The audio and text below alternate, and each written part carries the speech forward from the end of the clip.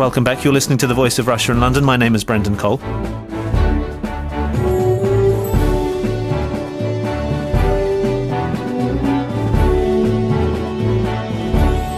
A campaign called Rewind and Reframe has been launched this week involving young women denouncing sexism and racism in music videos.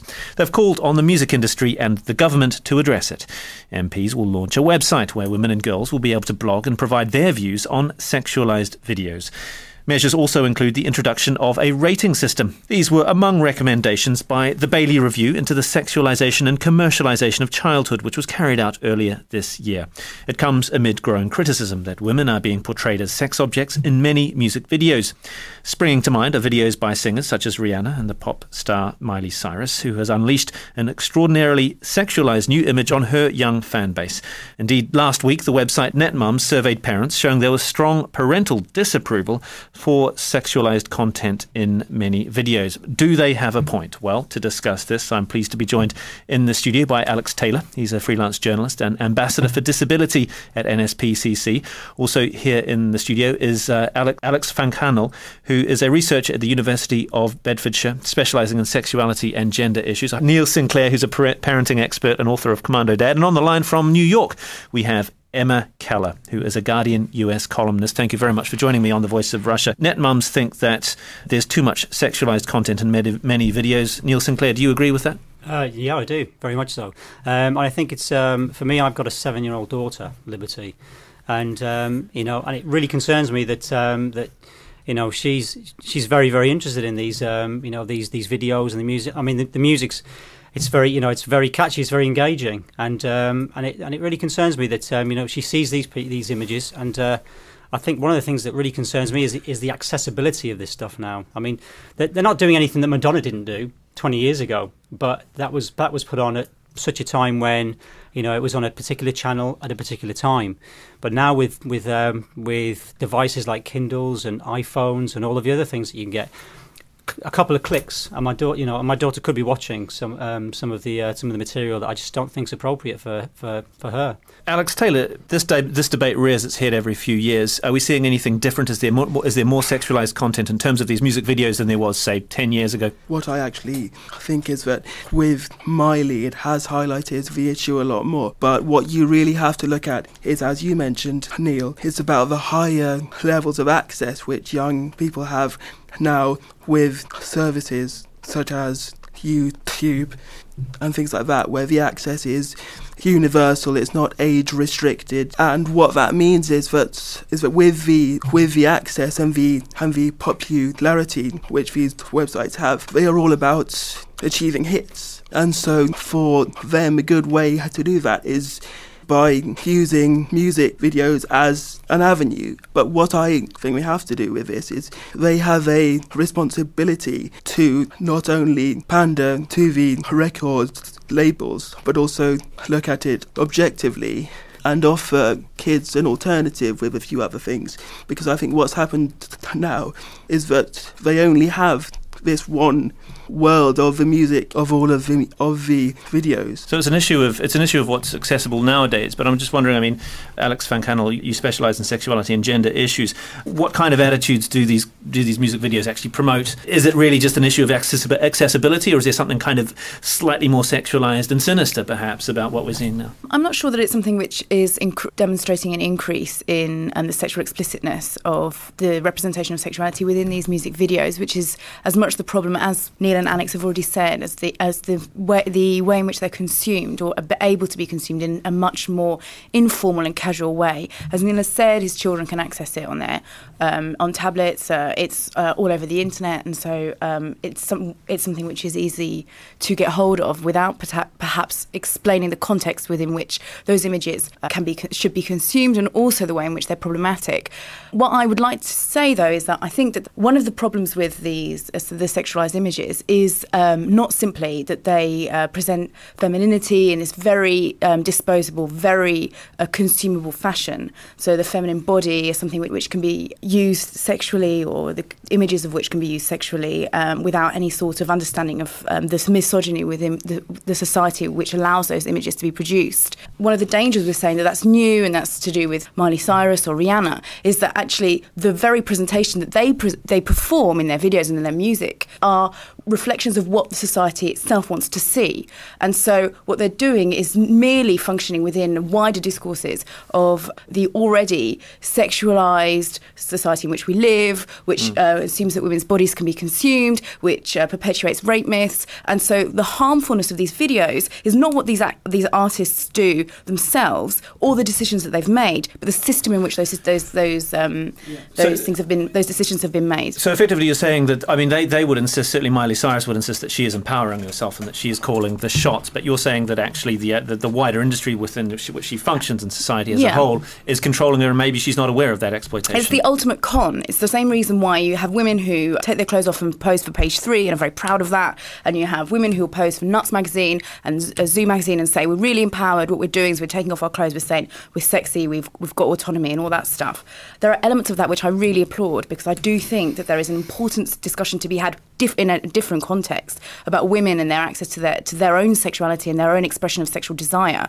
And part of the reasons why I'm quite sympathetic to the claims for autonomy that people like, for instance, Rihanna makes, are that it's too easy to ignore the fact that women are sexual agents who have their own sexual desire, who may be interested who may want to create that win song or whatever it is, but who want to really claim a position of sexual power. And I think that's fantastic.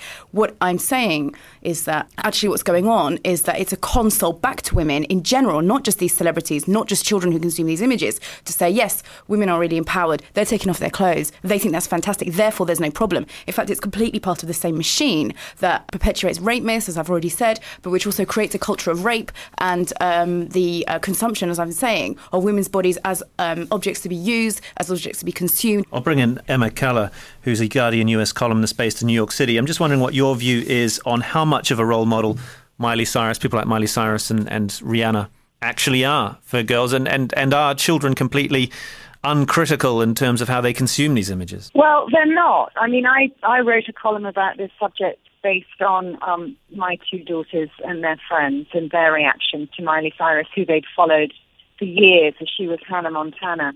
And they've completely lost interest in her as she's taken on this new personality. Girls who watch this kind of content are actually made very uncomfortable by it, and they don't like it. I'm making a different point to the sort of, oh, well, influenced by it, and therefore they're going to take all their clothes off too and become sort of mini Mileys. I think girls see this, and, you know, at a time when they're very kind of self-conscious about themselves and going through puberty, they don't like this. It's too much. And so they self-selectively tune out. And I was asking my children yesterday, I've got a 16 and an 11-year-old, you know, how many music videos do you watch? And it's just, music video is not part of their content. And believe me, they devour a lot of content online and on TV. It's not a place they go for entertainment anymore. And I think this kind of sexuality is a part of that. But from what you're saying, if they're critical of these music videos, and obviously they probably have a good finger on the pulse of what's cool and what's not cool, I suppose, then it won't have any kind of negative impact on them, presumably, because they've got those critical faculties. We're not all the same. Some people do have those critical faculties and tune out. Other girls might, you know, tune in and be very influenced by it. I don't see the girls who are tuning in and being very influenced by it. I see the girls who are tuning out and who are watching other things. I mean, certainly there's other stuff on TV. Here in America, we've got the show Glee, I think, which is wildly more kind of out there than a Miley Cyrus video. But one of my daughters watches and the other one is not allowed to. And I'm sort of amazed by the content of, even though it's a sort of empowering show, of what girls do on that show. So, you know, it's all around us. I'm just saying that it's not there on music videos as something that impresses the girls that I see as being sort of, okay, let's become this. The one thing I was just going to say about what Emma said, I think that might be quite age-related. The comment she's making about children tuning out, because my daughter's 7, and she just turned 7, and she does find Miley Cyrus, because she hasn't been following Miley Cyrus before. So her first contact with Miley Cyrus is what she's seeing now. And she does find it very, very interesting. So she's not got to the position of tuning out, because she says she hasn't seen the development of Miley Cyrus from what she was to what she now is. I think that's something that you need to think about, because my daughter's not got no frame of reference to think she was that and now she's this. I'm not too keen on that. It doesn't necessarily follow that children would see the sexy dancing and provocative dressing and want to follow it. How corrosive is it? I think that's quite a difficult question, because I don't think my daughter finds it as corrosive. I took to, I was invited to go to the school disco, and you see the children on the dance floor doing the moves that they see from these videos.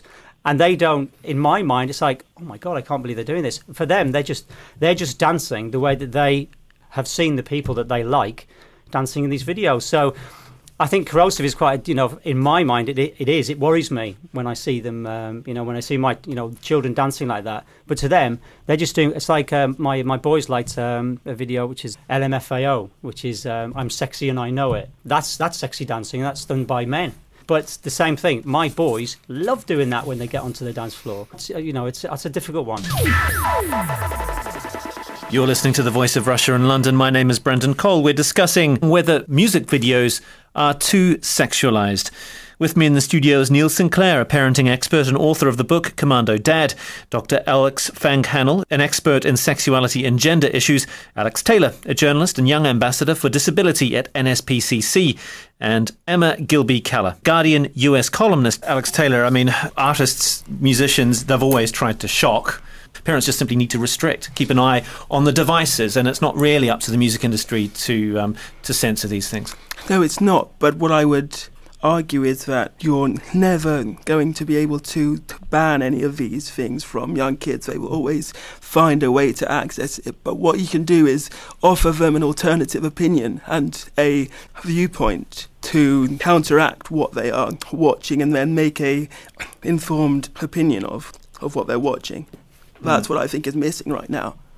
Do you think that's missing? I would say that one of the things which is missing is a discussion of the fact of drawing on what Neil's been saying. Your son likes LMFAO, and the men who are doing sexy dancing, we're not up in arms about that. Part of this discussion, this broader social discussion, is an indicator of the backlash against the expression in this context of a raunchy feminine sexuality. And if we're trying to think about offering children an alternative perspective on this, what an alternative perspective might be that actually if this performance was occurring in a context outside of one which is as ingrainedly sexist as our society is, then it would just be absolutely wonderful to see someone enjoying themselves and having a great time and expressing their sexuality in an autonomous and confident way. But in fact, because it's rooted within this deeply misogynistic society in which we live, it's actually much more problematic than merely just consuming and enjoying these songs and these videos. So offering alternative ways of thinking critically about these things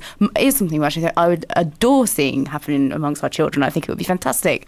But it won't be by, as Alex is saying, banning these images, or even by putting little, as the Rewind Reframe campaign is suggesting, rating systems that on videos to say how raunchy they are. Those sorts of things really tend to only be badges of honour. Emma, can I get your view on that? The idea of a rating system, what do you think of that? I think a rating system is a complete waste of time. We have ratings on movies here, that are shown in the cinema, but when they go to TV, which is where most people watch them now on demand, iTunes or Netflix or something, there's no ratings at all. So it's only when you have a rating, it's only for a finite period of time anyway, and then it's completely done away with. And I think that you have so much content, with music videos and television programs that never gets rated, but it's completely worthless. I think, to pick up on something that was said earlier about Miley Cyrus sort of saying that she was expressing her empowerment in creating this kind of video and enacting this kind of way at award shows, it would be really interesting if she were to explain the process that went behind creating the content. Because when Sinead O'Connor wrote to her and said, you are completely being exploited I sort of agreed with that. I think there's a balance where Miley Cyrus thinks that she's actually acting in an empowered way, but she is being exploited at the same time.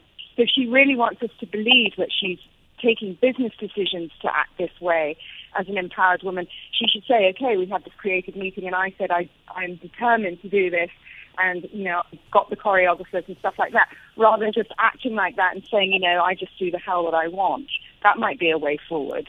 Indeed, actually, Charlotte Church made a point in an interview a couple of weeks ago that she referred to the culture of demeaning women in pop music as so ingrained as to become routine. It sounds from what Emma is saying there is that she believes that actually the pop music industry, there's this kind of imminence grise of probably males telling her what to do, and she has to convince herself that this is a way to sell music. But at the end of the day, it's still number one on the Billboard chart, so it is working, and she'll probably see that as vindication. Like as I'm saying, it's basically working because it's a reflection of the values of our society. That using the female body in this way is something which it is largely unproblematic to within a context where women's bodies are generally consumed in advertising, in the press, in all sorts of different contexts, celebrities, all different contexts to do with achieving sort of material gain in this sense really do circulate around the idea that women's bodies are just there for consumption. Neil, clearly we're talking about the Miley Cyrus video in particular, and there was a massive outrage in the United States, and I'm just wondering how much of the British outrage has been in reaction to the US outrage. I mean, there was an incident a few years ago with Janet Jackson at a music ceremony, and she had to basically apologise to the nation. I mean, for me, it's like you were saying about the Miley Cyrus on the that twerking incident. I mean, I don't think we were reacting to the way the Americans reacted. I mean, one of the images that really made me look up was Will Smith and his family, and you just saw the horror on their faces. But I was thinking the same. If that had happened in the UK, we would have been as horrified to see what she was doing. As it's very difficult. I don't think you're ever going to get Miley Cyrus to apologise, because I think it's like you say. It's working. But it is part of a kind of wider culture of, X Factor and all that kind of stuff, where people, probably young people, have worse role models in that they believe that the path to success is instant and is instant gratification. This fits into that wider picture, doesn't it? I'm a teacher as well, so I deal with a lot of teenagers. We do tend to forget that to get to be a success, it takes a lot of hard work. I try and instill that in my children. So that's the But young people aren't being told that. I do agree with you. I do come up against that when I'm teaching, when I'm in the classroom, because I'm a PE teacher. They have this, you get someone who plays football, and they literally think they're God's gift of football, and they're clearly they have a lot of work to do. I mean, for me as a teacher, I really try and make the point that hard work is the way forward. I mean, on the subject of role models, Alex Taylor, I'm just wondering, I mean, certainly, say, after the London Olympics, there was quite a bunch of very prominent female role models, gold medalists, Victoria Pendleton, Jessica Ennis, young people could look up to. I'm wondering whether people like Miley Cyrus undermine that idea of a role model. I think that with Miley, what the issue is that unlike a gold medalist or anything like that, they can look at her and think, I could be like her. Whereas if you're a Olympic athlete who's won a gold medal in a world record time, it's obvious that not everyone can achieve that. And so I think that obviously it varies on the person, on the girl or the boy. But I think that again, this is where parents and other influencers have a big role to say, look, this is a person who is an artist, who has their own agenda and is good fun, but what will get you there is if you work hard. It isn't about partying all night long, it's about working hard. But I think that also we have to remember that Miley moved her records label last year, and the whole purpose of that was in order to kill off her old image as a child star with Hannah Montana. But I think that's worked for her, because we're all now talking about Miley and not Hannah Montana. And so I think what Alex mentioned about kids having a look at these things and then understanding them in another context about what impact it has on them. I think that if your main role model is a pop star, then it's a big issue, which others have to help change. So she shakes off the Hannah Montana image, and I suppose you could say Britney Spears tried to do it as well. These are kind of confections, aren't they, of the industry, of the entertainment industry. Children, maybe perhaps the best advice they could get from parents is that this isn't the real world. Perhaps that should be the focus. I mean, I would be hesitant to throw the baby out of the bathwater on this one, because actually I think that one thing which I really like about the presentation of sexuality in these women, not just Miley and Rihanna, but, you know, Britney you've mentioned, Christina Aguilera, women who've really harnessed their sexuality and their sexual desire, there's a desirability in order to produce music. What I really like is that it sends a message about femininity, that it can be courageous and it can be desiring and it can be strong and it can be autonomous. And I think that those messages are really to be applauded. And one of the problems I think that we have, what we're seeing with this backlash against Miley Cyrus's actions, is that they don't fold into a nice and proper way of being feminine. So on the one hand, you've got Taylor Swift, meekly, nicely spoken, absolutely avowedly not a feminist. There isn't the same sort of hostility to the idea that she's doing the wrong thing with her femininity, whereas the artists that we're speaking about today are in some ways transgressing the traditional idea of and stereotypes of what we want our women, our girls, to look like and behave like. And I think that transgressiveness, when you are critical about the context in which it occurs, that transgressiveness has elements of things which should be applauded. And so that's why I'm not going to wholeheartedly condemn these sorts of activities, but more the context, in the situation in which they occur and what they socially mean. And that they're being manipulated by a sexist industry.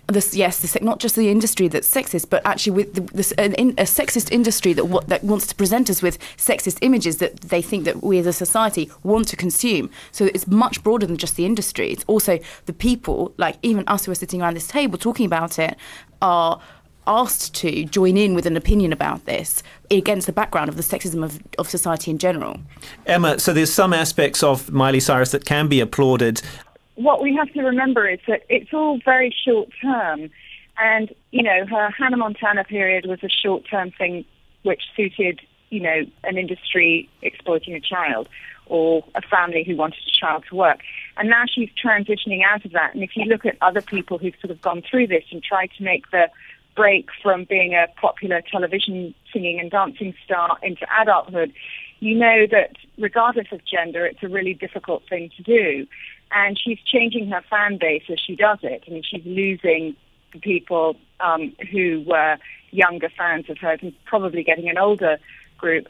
I think the interesting thing to watch is what happens to her in the next 5 years, whether she manages to sustain and, you know, remain a popular entertainment figure as she gets older than being in her young 20s, and where she'll be, let's say, when she's 30 years old, because the industry has a very short-term attention span for sexy women, and, you know, the younger the sexy woman is, the better. So what she's doing now is one thing, but I don't think that it's a long-term solution for her career. Listening to The Voice of Russia in London, my name is Brendan Cole. We're discussing sexualised images in music videos with Neil Sinclair, Alex Fang Hannell, Alex Taylor and Emma Keller. Clearly, the genie is out of the bottle. These videos, these outrageous videos will continue. Miley Cyrus will continue doing her thing, and there'll be a range of pop stars in the next few years that will carry on doing that. I mean, what would your advice be? The onus really lays on the parents, doesn't it? That's it. Absolutely, yeah. I think you've got to try and stay one step ahead of the game when it comes to parental controls, making sure that your children don't. My children use they've got devices, and we use them in the living room, so that, you know, we're all together. So they've got parental controls on them as well. I've taught my boys especially to you know, it's very, very easy to accidentally come across something, and I've tried to instill in them, if you find yourself on something, you can come and tell me, and we try and work that out. So I think it really, really is vitally important that parents take the initiative. Alex Taylor. What Alex was mentioning about how we look at women, I think that what's happening here is I don't have an issue with Miley partying and acting however she would like, as long as it's her saying, look, girls, I'm a girl, I have a choice here and I'm expressing who I am. However, I think that what one of the main issues is that it's obviously for men, not about women saying, look, this is who I am. This is who I am for men, not for me as a woman. Whereas if you look at when Madonna had the whole Like a Virgin performance, it was all about being a girl and understanding who you are and all of that. But here it's always about, oh, look, here I am, I'm an object, and it's for men, which I think is, I do think we have to realise that there's a distinction there. The other thing is that Madonna was a bit older. I mean, she was, I think, in her late 20s when she did the Like a Virgin video. She put out the Sex book when she was 33. And there was actually something that she held back a bit. I'm just wondering, given that it's unlikely that the industry will change, do you anticipate this continuing to happen, that we're going to continue to get parental outrage over these kinds of videos, these kinds of performances, and there's nothing we can do about it all? I think that we will continue to see people being continually outraged, and I think we will see a sort of almost split personality representation of women in the media, particularly, especially young women, as you see now, women who are famous and who've had children and whose children are now entering the peripheries of the public domain, who the Daily Mail in the UK is amongst the most one of the worst culprits of it. Look, sort of sexualizing the adolescent or preteen teenage children of celebrities in order just to run a news story about them, whilst simultaneously being completely outraged about the younger and younger age at which children are entering, are starting to have sex, or the young fan base of people like the celebrities that we're talking about. So I think there will always be this kind of race to the bottom of being outraged, because a different discussion would be about how we choose what things to be upset about and what things to find titillating and exciting, and what things to think are completely, absolutely necessary part of our culture, whereas whilst also anguishing over how much it pollutes our children. So there will always be these sorts of fragmentations. Do you think that there's a watershed moment where, for instance, this campaign Rewind and Reframe, do you think that can actually do something about it, that can actually stand up for parents and concerned parents and parents of children? I mean, or is it really we're focusing on the wrong things? Parents need to look at what their children are accessing, and that needs to be the focus of any kind. Well, I would really encourage parents to look at what their children are to be interested in what their children are accessing, and I think that's not a particularly controversial point to make. I think everybody would agree with that. However, I think that the focus on parents and their children is misplaced. Actually, it would be much more useful to transform the way in which we think about sexism in general, and the readiness with which sexist ideas are created and reproduced everywhere at all levels of society. So I think that's a much bigger challenge than looking at whether or not we should change the way in which music videos are created. As we've already talked about, music videos are almost, they're a form of art, and art will always be transgressive. Well, rather, it won't always be transgressive, but it's something which a transgressive piece of art is a good piece of art. It's meant to challenge us, and if it challenges us by showing us these sexist images and then asks us to reflect on why we think they're sexist, and perhaps contest the circumstances and the social context in which that occurs, I think I would applaud that, but I don't think that that's what this work is doing. Sadly, we've run out of time, but that's Alex van Canel, who is a researcher at the University of Bedfordshire, specialising in sexuality and gender issues. Also here in the studio, Alex Taylor, a journalist and young ambassador for disability at NSPCC. And here in the studio too is Neil Sinclair, a parenting expert and author of Commando Dad. On the line from New York, we had Emma Kaller, who's a Guardian US columnist. Thank you all very much for joining me, Brendan Cole, on The Voice of Russia in London.